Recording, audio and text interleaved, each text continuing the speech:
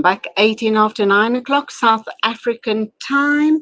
We cross over to the UK to talk to journalist and documentary filmmaker based in that country. He is Shafiur Rahman to talk about this very dire situation by a group of approximately 100 hungry and weak Rohingya Muslims who landed on an Indonesian beach in a very rickety boat. Very sad story there. Let's find out about the hospitality of the Indonesian people and the fate of those people who have landed in that country. Undoubtedly, if they are allowed to stay there, I have no doubt in my mind that more and more Rohingyas will flee the persecution of the Myanmar regime. Salamu alaikum to you, Shafiur Rahman. Thank you for making time available to talk to us about this very sad but important plight of the Rohingya Muslims. Walaikum salam. Thank you very much. I'm happy to be here.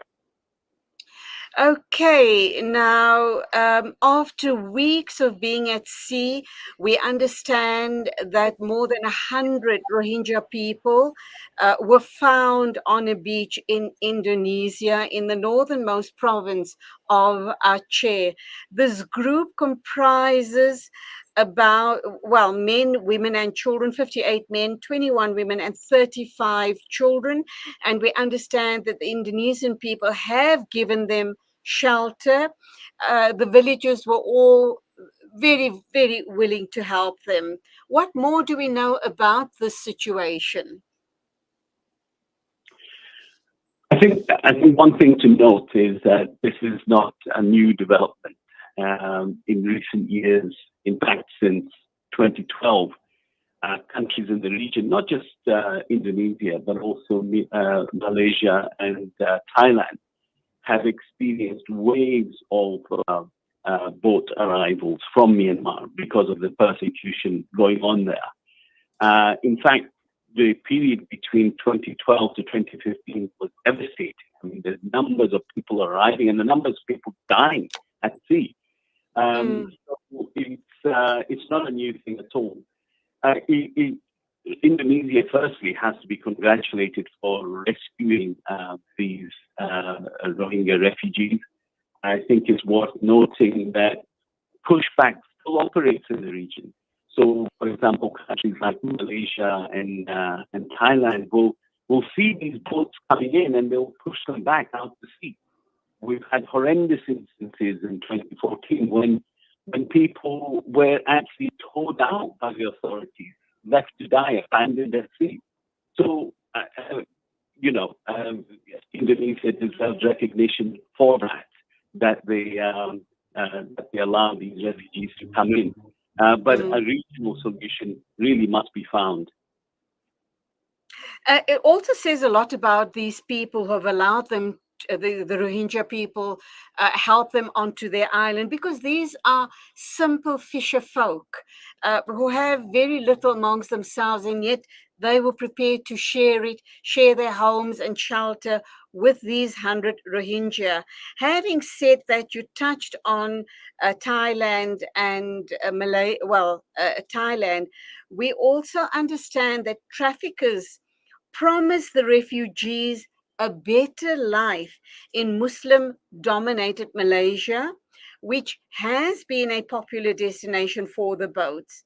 Sadly, many of these Rohingya refugees who arrive in Malaysia are either sent back to sea to possibly die, or they are detained.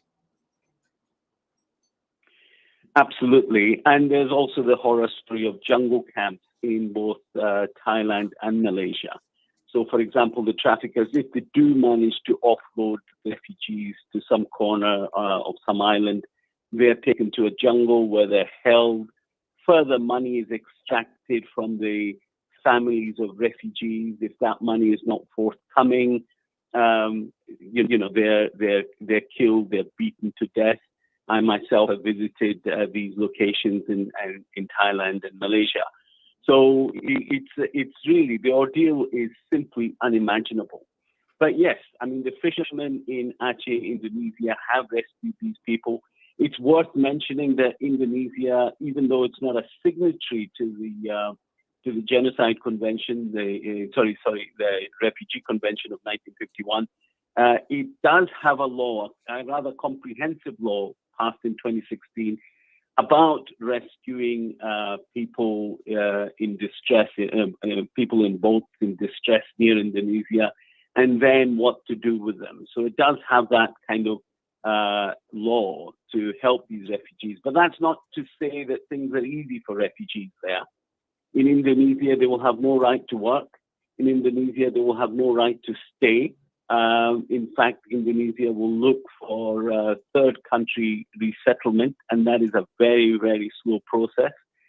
And what happens to many Rohingya is that they're further trafficked. So they might be held in a temporary camp or even a permanent camp, and from there, traffickers will again take money from them and further traffic them back into Malaysia. Oh, what a horrendous situation to be in. We also know that as dire as these situations will be in Indonesia or Malaysia, um, obviously the Rohingya people's situation in Myanmar is so compromised. It is so horrendous. We know, we've heard of how the security forces have been accused of mass rapes, killings, and the burning of thousands of Rohingya homes. And I guess this pushes them on the brink of utter desperation, that they believe that possibly going out to sea and trying to get to Indonesia might just be a degree better than their current circumstances. That's absolutely correct. They engage in these deadly journeys through the Bay of Bengal, through the Andaman Sea, which could have horrendous consequences because of the conditions that they face in Myanmar itself. Inability to move around, inability to work, and all of those things that have happened to them in the past, which constitute genocide. And remember also that these refugees are also leaving Bangladesh because of the conditions in the refugee camps in Bangladesh are quite intolerable. There's fires, flooding, there's violence, there's barbed wire, there's no right to work, no right to any level of education, or certainly no formal education. So life becomes extremely constricting, and people then are so desperate that they pay traffickers to try and get them out of this situation and hopefully reach Malaysia, which is their preferred destination. But as you have pointed out, that going there is no easy task. And secondly, once you're there, it's no easy life there either. You know what I wonder about, Shafiur Rahman, whilst talking to you? We know that wherever the Rohingya people are, Bangladesh or in Myanmar or wherever they are restricted from working, from earning a living. Their situation is so dire and so desperate, and yet somehow or the other they seem to scrape together a meager amount to pay to the traffickers to get out of those situations. And one wonders how they even get to that point, that they're able to put a little bit of money together to try and get out of Myanmar, and to try and just find a better and a rosier tomorrow for their loved ones and themselves. It is so very sad. My heart bleeds for them. And then at the same time, I didn't want to make reference to this, but I can't help but make the reference. It is so ironical that the invasion by the Russians in the Ukraine, that situation is so totally different. Poland and the neighboring countries of the Ukraine have opened their arms to those refugees. And I say this for the second time on this radio station this morning, is that Israel has opened its door to 10,000 Ukrainian Jews to settle or resettle in in Israel or on occupied Palestinian territory, and yet the plight of the Rohingyas is completely ignored by the white Western world.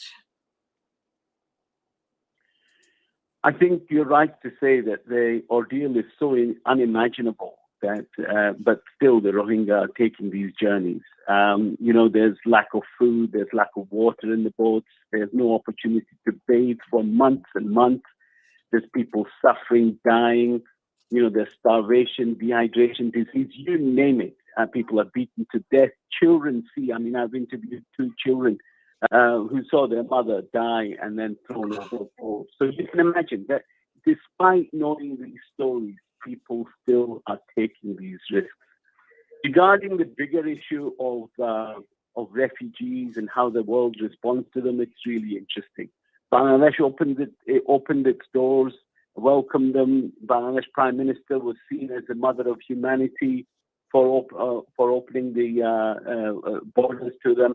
But then soon things changed. That empathetic approach hardened, and now Rohingya are seen as a security threat. They're seen as drug smugglers, and bringing disease and so on. So, politically, it's a very, very thorny issue. Likewise in Europe, when Alan Kurdi died, the little boy on the beaches, Yes. the papers were awash with a very, very empathetic approach to refugees. But then things hardened. So I'm not sure how, the Ukrainian situation will play out. It's something that we need to watch out for, and something that journalists and journalism in particular needs to be careful about, how we portray the lives of refugees, the lives of vulnerable people, and how that narrative changes as the days go by. Undoubtedly, you being a journalist and a documentary filmmaker yourself based in the United Kingdom, I'm wondering, and undoubtedly you are a humanitarian, because you seem to have taken a very keen interest in the Rohingya people. What and why has, moved you in this direction, speaking up for the Rohingya people? Actually, I had no intention to work on the Rohingya, but my experience in 2016, when I went there just for a day's visit to the camps because I had a day off, and what I saw and what I heard completely changed me and my life. So I've been working on the Rohingya issue ever since then, because of really the enormous challenges they face in the camps. There's a lot to say.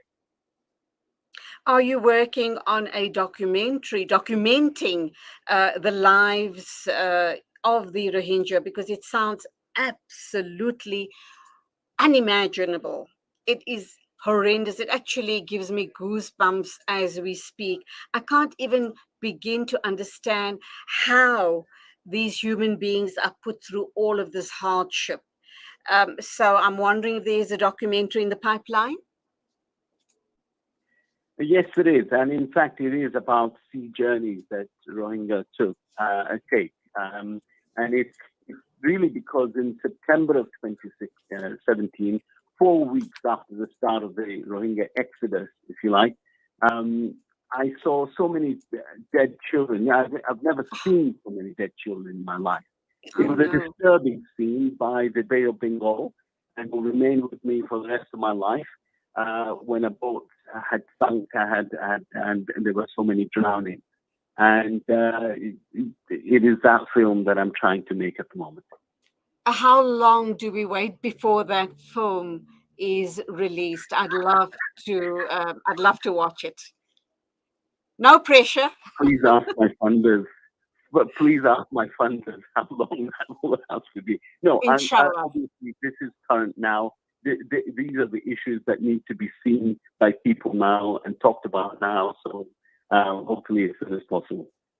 Please give us a shout out when it is available. We'd love to watch it, and also try and distribute it as widely as we possibly can. In closing, Shafiur Rahman, your very strong message about the plight of the Rohingya people, your message to not only Muslim communities globally, but to the global community. What do you say to them? What do you want them to hear? What do you want them to do as far as trying to alleviate the plight of these absolutely helpless people? I think it's very important when we see television imagery, when we see imagery in the newspapers, not to see them as some sort of mass of humanity moving from A to B, just people moving around. It isn't that about that at all. All of these individuals have individual stories, individual contexts, which are desperate, which are horrendous, and it's important for us to understand the individual and what he or she faced in Myanmar or in the camps of Bangladesh. So I would appeal to people that try and find out about refugees, about their lives. Speak to them if you're in a country that has refugees, or learn about them, through the news or through particular films and so on. Because I think that connection will tell you that their lives are very similar to ours. Before they became refugees, they have the same inspirations, the same, wants and aspirations as we all do. But it all became impossible for them as soon as they became a refugee, which, if you like, is akin to a life sentence. So it's very important to understand their stories, their background, and their context. Shafiur Rahman, it's been absolutely wonderful talking to you, for giving us these deep insights into the plight of the Rohingya people. You are a journalist and documentary filmmaker. You're based in the United Kingdom. You are currently working on a documentary on the Rohingya people, and we can't wait for it to be released. Please, as I've said just now, do give us a heads up once it is available. We would like to view it and further, get this very strong message out to the rest of the world. Thank you, and we do hope to talk to you again sometime soon in the future. Thank you very much indeed. Assalamu alaikum. Wa alaikum salam. 8:35 exactly. This is News and Views right here on Salam Media.